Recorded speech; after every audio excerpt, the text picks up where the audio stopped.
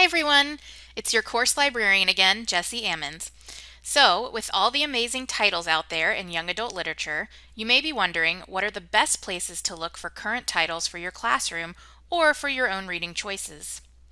While it does sometimes depend on genre or the types of books you're hoping to find, there are a few places you can look for high quality books in general. I'll take you through a few of those places, and I'll also share a few of our new books in the EMC that you may want to take a look at. For each website I share, I'll include their Twitter handle on the slide. I mentioned this when I first talked with you, but social media can be a really great place to find the best young adult recommendations. Twitter in particular has a large presence of authors, reviewers, and readers that love to discuss all things YA. I also highly recommend it for our aspiring teachers, as teacher Twitter can also be an excellent resource. Links to all of the websites I mentioned will be on your course page, linked in your Canvas course. Let me show you again where to find that. So I'm here in your Canvas course. All you need to do is scroll down, find where it says UWO Library, and here is your course page. All of the titles I will be mentioning are under Selecting Texts. Great, now let's get started. The first resource I'm going to talk about is YALSA. YALSA stands for Young Adult Library Services Association, and it's a division of the American Library Association. YALSA actually puts out most of the young adult literature awards that you've probably heard of. The organization is made up of librarians who work with the young adult population, so it's an excellent resource for all things YAL.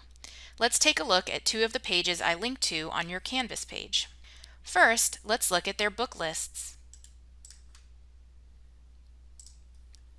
They have some really great ones, from the top graphic novels to best fiction, etc.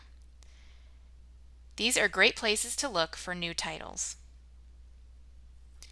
Another part of their website that could be useful is the YALSA Book Finder. It's not incredibly expansive, it only covers 4,000 titles, but it might help you if you're not really sure what you're looking for in a certain genre. For this class, it can help you find award winners or high-quality books in certain genres. Let me show you an example.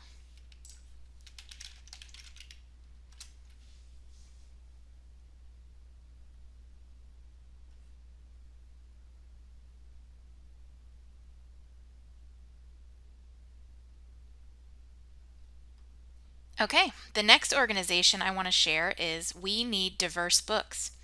This is a nonprofit organization started after a hashtag campaign on Twitter that pushed for more diverse books to be published. They don't have book lists themselves, but they do link to many highly recommended book lists for various identities that continue to be underrepresented in publishing, both in children's and young adult, and in other areas.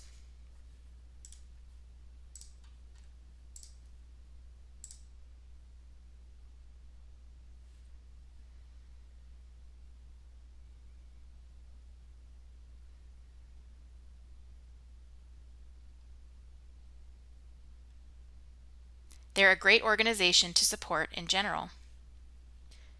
All right, now we're moving on to the CCBC. This is a Wisconsin-based library that provides great resources for students and teachers about children's and young adult books.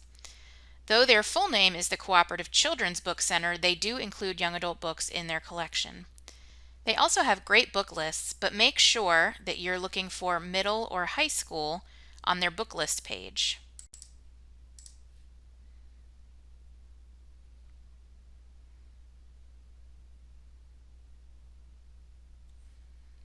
I also linked to their diversity book search. The CCBC reports on diversity statistics in children's and young adult publishing every year, so they are a great force for diverse and inclusive books. This book search allows you to search for books by diversity subjects in addition to keywords. As a teacher or librarian, this is a fantastic tool to not only provide more diverse collections for students, but also help students see their own identities represented in the books that they read. Next, we've got YA Books Central. This is a community for people who enjoy young adult books. They include book reviews and they have a lot of extra features as well. Their focus is not really education based like the other websites I mentioned. Their perspective is more just about the enjoyment of books, so it gives you a slightly different range of books to peruse.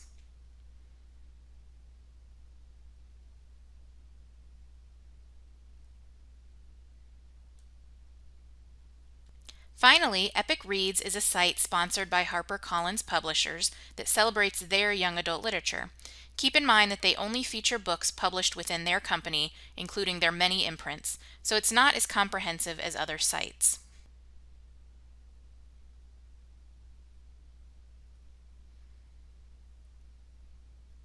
Still, they do publish a lot of young adult literature, so it's worth taking a look. I also want to share a few of the professional review sites that I like to keep an eye on. Novelist, which I showed you earlier, usually includes these in their list, but you have to know which book you want to look up there. If you occasionally look at these review sites, you'll see new fiction or nonfiction as it comes out. I also included some honorable mentions here. The Book Riot isn't exclusively young adult literature, but it has a lot of great articles and lists of books, including YA. Also, I'm sure you're all aware of Goodreads, but having an account and sharing your reading can lead you to other reviewers with similar tastes and also lists by the site. Okay, I hope those were helpful. I want to close out by quickly sharing a few new-ish books in our collection. First up, Dig was the 2020 Prince winner. We'll get into the awards in a later video.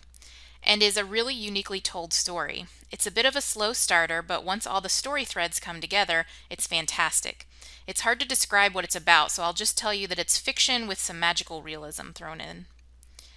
Next up is the graphic novel Banned Book Club, which is a perfect way to celebrate Banned Books Week, which was 2 weeks ago. This is an autobiographical story of the author's experiences joining a banned book club during an authoritarian regime in South Korea in the 1980s. Ordinary Hazards is a verse novel, which is a novel written in poetry rather than prose. It's a memoir of the author's experiences growing up and is beautifully written, albeit incredibly sad at times. The Black Flamingo is another verse novel about the teenager Michael searching for his identity in his home city of London. The lyrical storytelling and three-dimensional characters make this coming-of-age novel feel very real. The last one is Red Hood, which brings fairy tales to modern times and tackles themes of misogyny along the way. Okay, that's it for this video. I'll see you all again in a few weeks.